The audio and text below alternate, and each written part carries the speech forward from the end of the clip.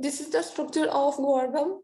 Modified products are marketed for which the swelling is delayed by up to 5 minutes, allowing wetting and dispersion to be completed before swelling starts. Even safer are the add acid gums, which can be produced by introducing small amount of borate and which swell only when the pH is reduced.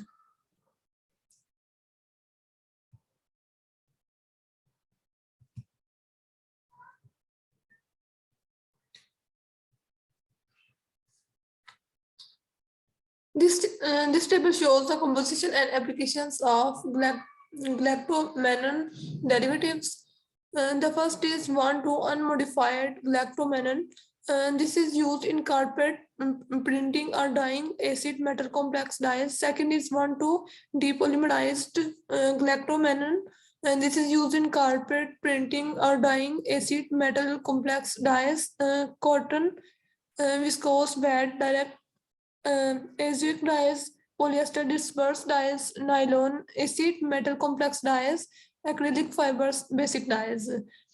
The third is 1,2 hydroxyethylated galactomannan.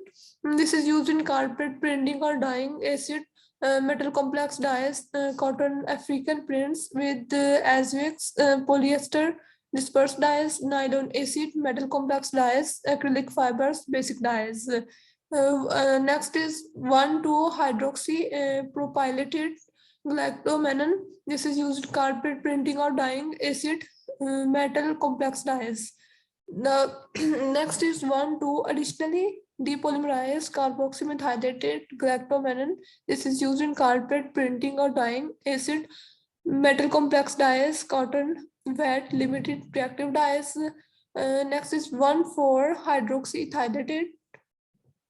This is used in carpet printing or dyeing acid metal complex dyes, cotton African prints with Azwex, polyester dispersed dyes, nylon acid metal complex dyes, acrylic fibers, basic dyes, wool, silk, acid metal complex dyes.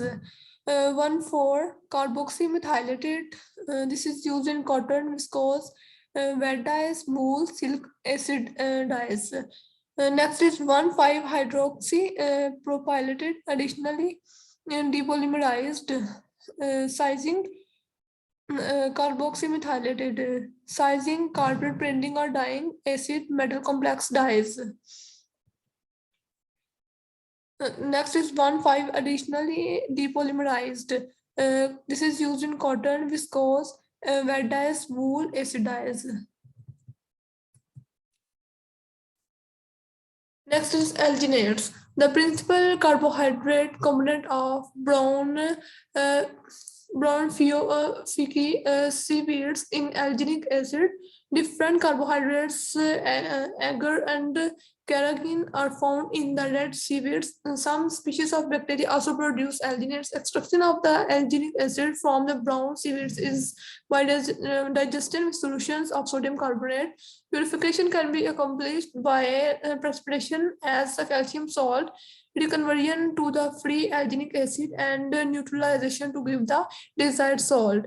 Commercially produced high viscosity alginates have relative molecular mass values of over 150,000, but lower relative molecular mass materials are also sold. The monomer units are the manuronic acid and L-gluuronic acid in a 1:4 linked linear polymer with blocks of beta manuronide, alpha gluuronide, and alternating copolymer segments. The last named segments are apparently the most readily hydrolyzed.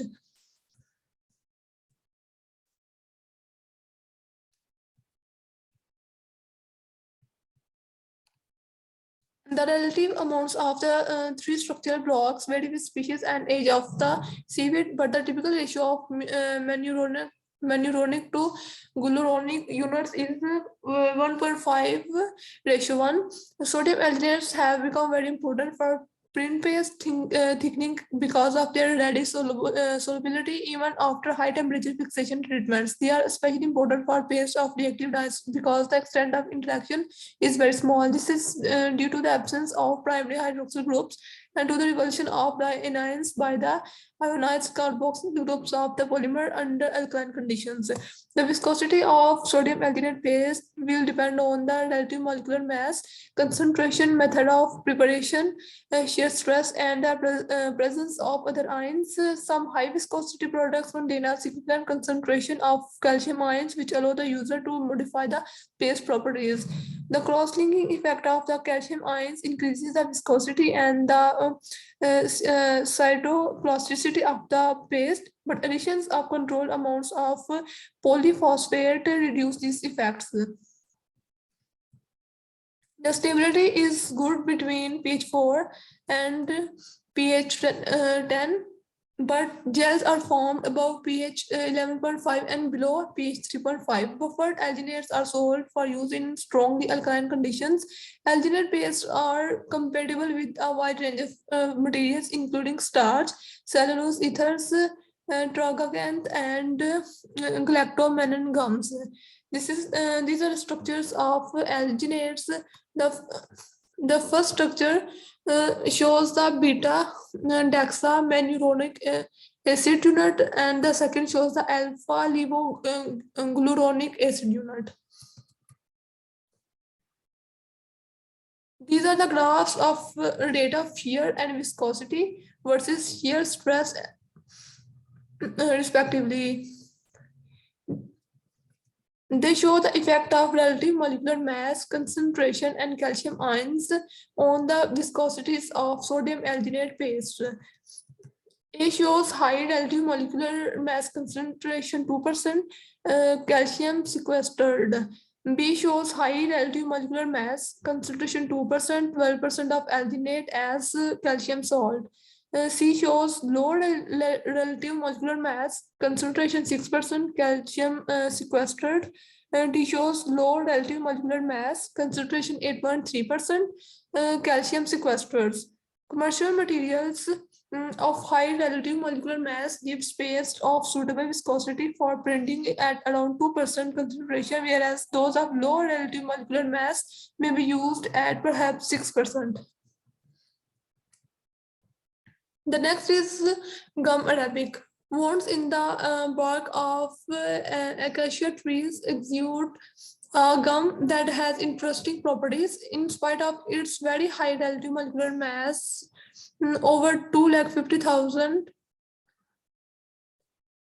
The polysaccharide in the gum is extremely soluble in water and shows Newtonian behavior. Its structure is that of a 1:3 galactane chain with numerous side chains, including gluronic acid units of 2, 3, and 4 unit lengths.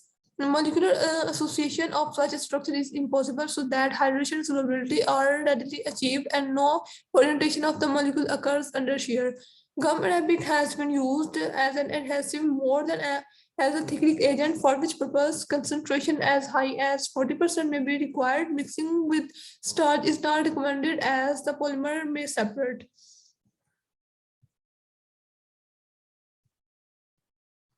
Cryo gum has been used as a cheaper alternative.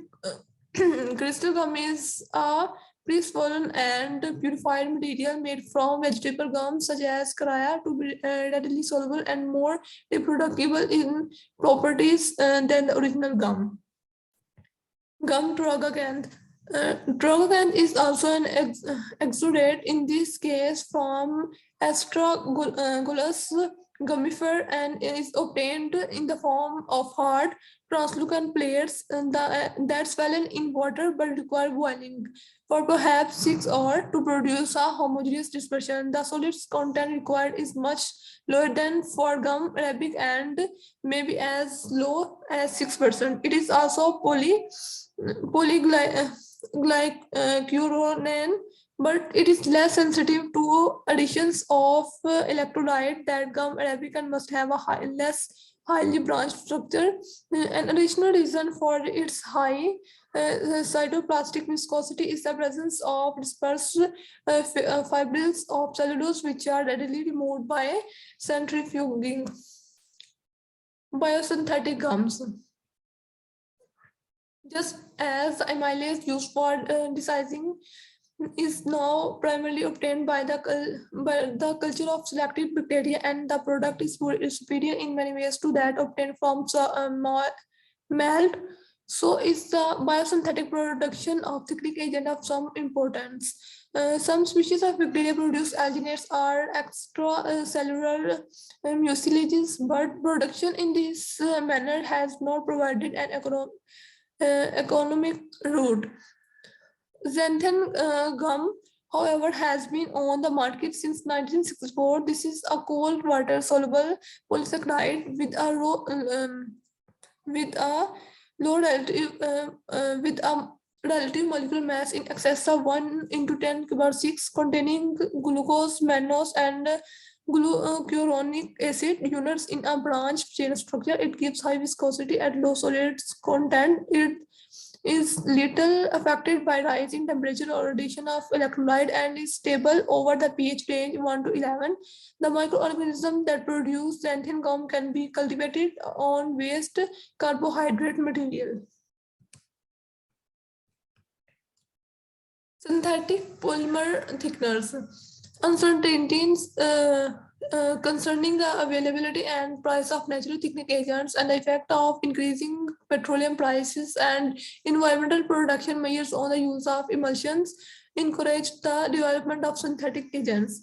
On material that has been used to limited extent is vinyl alcohol, especially on nylon fabrics. The preparation of the paste in bulk requires time and care. However, and concentrations up to 20% may be required. Copolymers of acrylates have been used more widely. Relative low cost copolymers of methacrylic acid and ethyl acrylate, for example, give low viscosity dispersions in water in which the molecules are randomly coiled. On addition of alkene, the carboxyl acid groups are ionized, and the resultant mutual repulsion of negatively charged centers causes extension of the polymer chains and substantial increase in viscosity. The viscosity obtained, however, is critically dependent on the amount of alkali added. Warburg has shown that the falling viscosity is a consequence of the polymer going into solution as a result of the solvation and intermolecular repulsion of the carboxylate ions. High viscosity is obtained with polymers of optimum ratio between acid and ester units, but the viscosity is too sensitive to pH for industrial use. The molecules can be prevented from going into solution, however, by introducing a small number of crosslinks, for example, by incorporating a bifunctional monomer.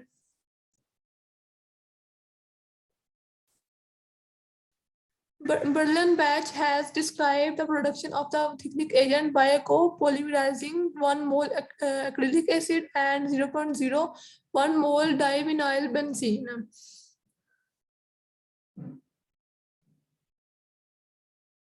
This shows the acrylic acid and divinyl benzene react to form synthetic thickeners, and degree of polymerization is 100.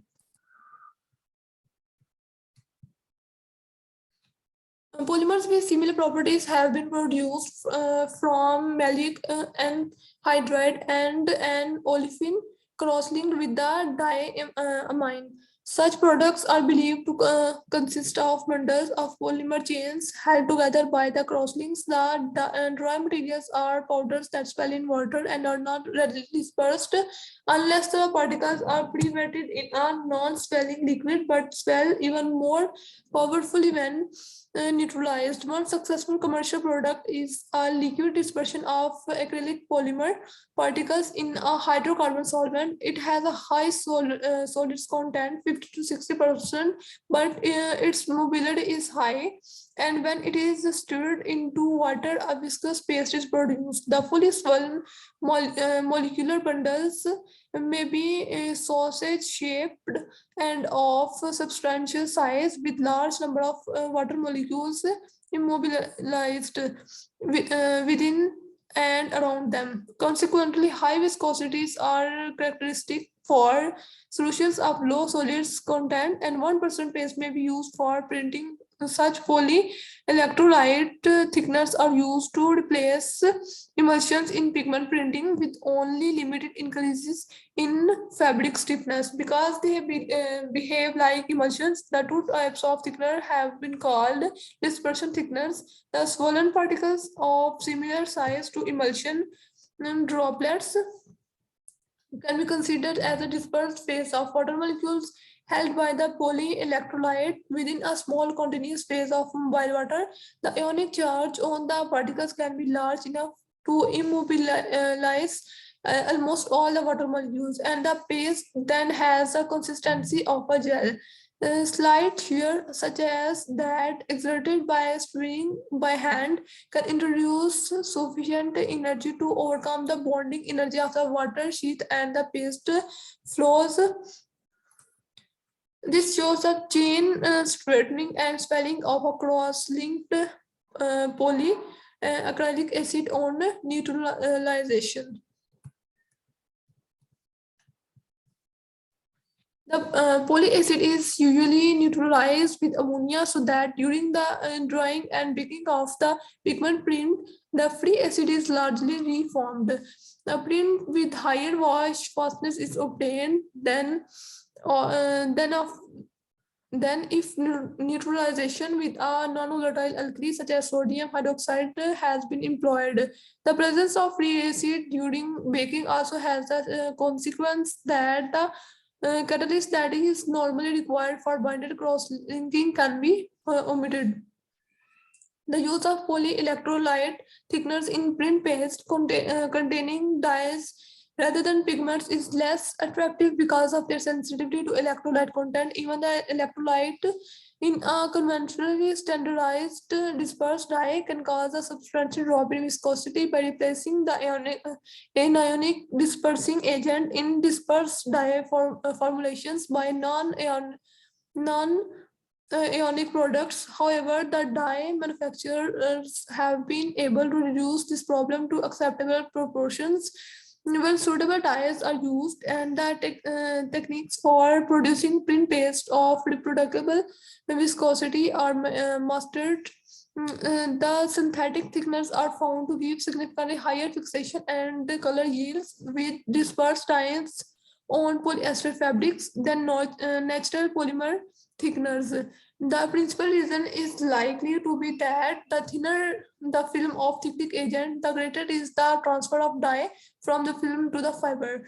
This will be especially true for the low humidity, high temperature conditions used for fixation on polyester fiber.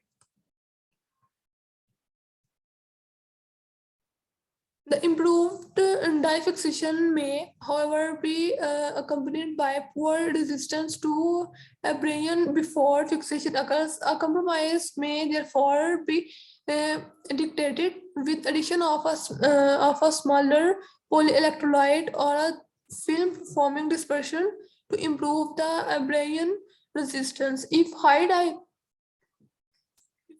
fixation can be obtained, it may be possible to omit the final washing off process. This will not normally be the case, and the removal of thickener in addition through unfixed dye will be necessary. By using sodium hydroxide rather than ammonia to neutralize the thickener, a faster and more complete removal is obtained. Soft butter is also highly desirable. In the case of dyes other than of the dispersed class, the electrolyte effect is more serious, but satisfactory results can be obtained by selection of the best polymer and increasing the concentration of thickener. The fixation of received dyes has been found to be increased when alginate thickeners have been replaced by synthetic products. It is unwise to use ammonia to neutralize the polyacid when printing reactive dyes, as loss of the ammonia in drying can reduce the fixation. The effect of electrolyte content on viscosity is greatest with the thickness of large molecular size and correspondingly low is solids content. The charge on the molecular surfaces is partially neutralized by contagions, and fewer water molecules can therefore be held. Emulsion thickeners.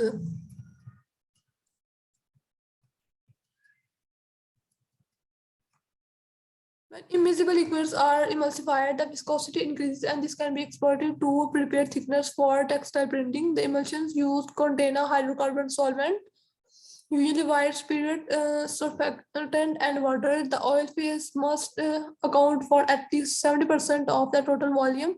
The first pigment printing systems introduced in the late 1930s were water in oil emulsions, that is at least 70% of the product was water, in which typical surfactants were um, uh, ethoxylated alcohols, acids, or amides with a low degree of ethoxylation, perhaps 5 to 8 oxyethylene units per molecule. Morpholine or oleic acid are lyuric, palmitic, and stearic acid esters of sorbitol. Later, manufacturers developed oil and water emulsions for which appropriate surfactants are higher, ethoxylated alcohols, acids, or amides, or a wide variety of alkyl aryl types. For any type of emulsion, the HLB of the emulsifying agent is clearly of great importance. The size of the droplets in an emulsion is inversely related to its viscosity. Typical diameters ranging from 100 to 7,000 nanometer. Theoretically, no more than 75% of oil can be incorporated in an aqueous emulsion, assuming uniformly spherical droplets, but distortion due to packing allows significantly higher proportions of oil phase to be added. Presumably, the oil droplets are stabilized by a surrounding layer of like charges that type and strength of the charge depending on the surfactant used. Consequently, the stability of the emulsion tends to be impaired by any additions that reduce the charge on the droplets. Emulsion thickeners can be mixed with low concentrations of either natural or synthetic thickeners, especially when applying fiber substantive dyes rather than pigments. These additions act as film formers, taking the place of the binder used with pigments to increase retention of the dye by the substrate prior to fixation.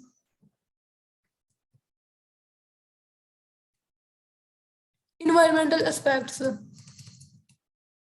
Printing is to be responsible for some 10 to 20% of the total pollution load from the textile wet processing of cotton. Other substrate as well as continuous dyeing also make significant contributions. Useful reviews of the environmental aspects of textile printing generally and of pigment printing in particular are available. There are two aspects to be considered. First is airborne pollution from volatile components during steaming and dry heat treatments, aqueous effluent pollution from washing off and washdown procedures.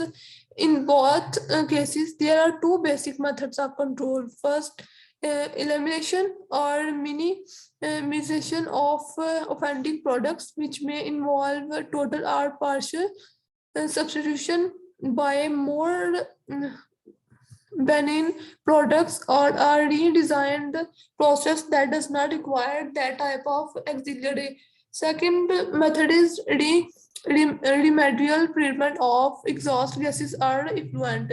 In any case, it is always sound practice to optimize the concentration of the auxiliary so that no more than necessary is applied.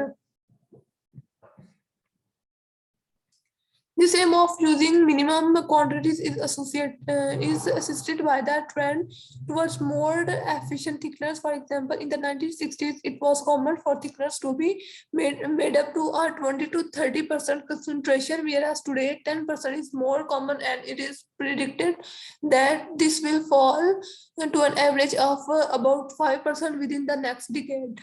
Airborne pollution can arise from volatile fractions during drying as well as dry heat curing or heat setting treatments. So this aspect has been associated mostly but not exclusively with the use of emulsion thickeners in pigment printing. Considerable volume of organic compounds being released during drying and curing. Consequently, emulsion printing is now seldom carried out in the major developed countries. Those acrylic thickeners that contain organic solvents or hydrocarbons are also sources of airborne pollution, but thickeners free from such additives are now available. One method of dealing with the volatile emulsions is incineration, but this is very costly. Scrubbing is highly efficient with water-soluble volatiles, but not with hydrocarbons. Hence, it is best to avoid using polluting materials. A detailed account of the ecological factors in pigment printing is available, indicating the obligation to minimize or eliminate emissions of residual monomers, formaldehyde, and unwanted solvents. Furthermore, alkyl phenol ethoxylates formerly used as emulsifiers can be replaced by fatty alcohol ethoxylates or to some extent by anionic surfactants. Pigment printing also offers ecological benefits over other systems in that it saves time and energy and washing off is unnecessarily. In general, how, excluding pigment printing, however, the thickeners are migration inhibitors are present in waste waters, both from washing off the dyes or prints and from washing down of equipment. The usual three methods of treatment, chemical degradation, bioelimination, and recycling, have to be considered for dealing with them. Natural thickeners are not toxic in themselves, but in parallel with the analogous sizing agents, they show high chemical and biological oxygen demand. Galactomannan in particular are thought to have a good future in respect of environmental impact.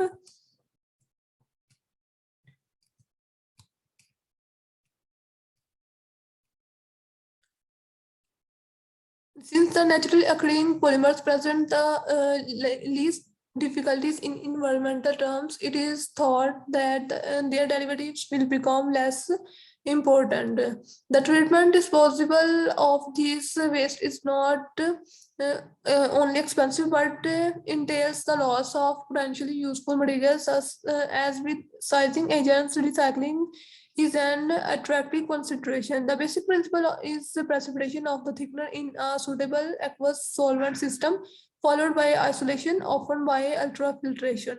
Dyes can be separated from the thickener either continuously or discontinuously. In a detailed study, the efficiency of precipitation of high, moderate, and low viscosity alginate thickeners in four solvent systems was compared with that of carboxy methylated galactomannans or celluloses and four synthetic thickeners. Thus, all types of alginate thickener can be isolated quantitatively from the wash water and recycled without difficulty. These recycled thickeners are claimed to give radiological properties and printing results equivalent to those of the original products. Pure acrylic thickeners can also be precipitated almost quantitatively. This table shows a precipitation percent of printing thickeners using solvents.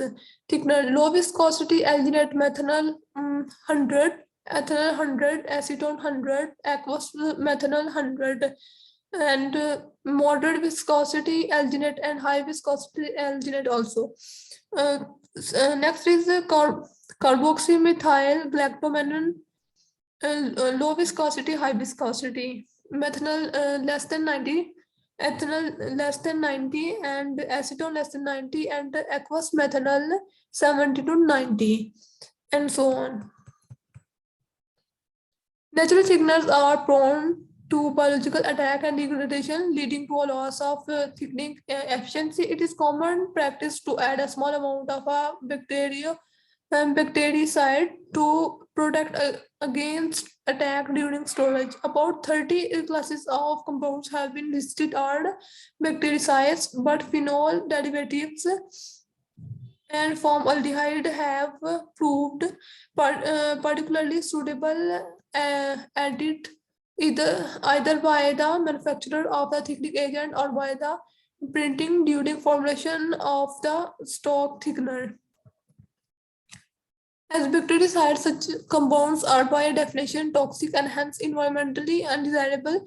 It is not actually prohibited in some countries. However, it has been pointed out that they are used only at very low concentrations, usually below 0.1%, that are just about sufficient for bacterial efficiency. Together with the thickener, they are then washed out with copious amounts of water, entering the effluent at such high dilution that they no longer have bactericidal action and can even be biologically eliminated during effluent treatment. Mention has already been made of the environmental and undesirability of many hydrotropes, and this particularly applies to urea, the most widely used. Sophists to note that the efficiency of urea as a hydrotrope is proving difficult to equal in every respect with substitutes that are environmentally acceptable. That's all from my side. These are the references.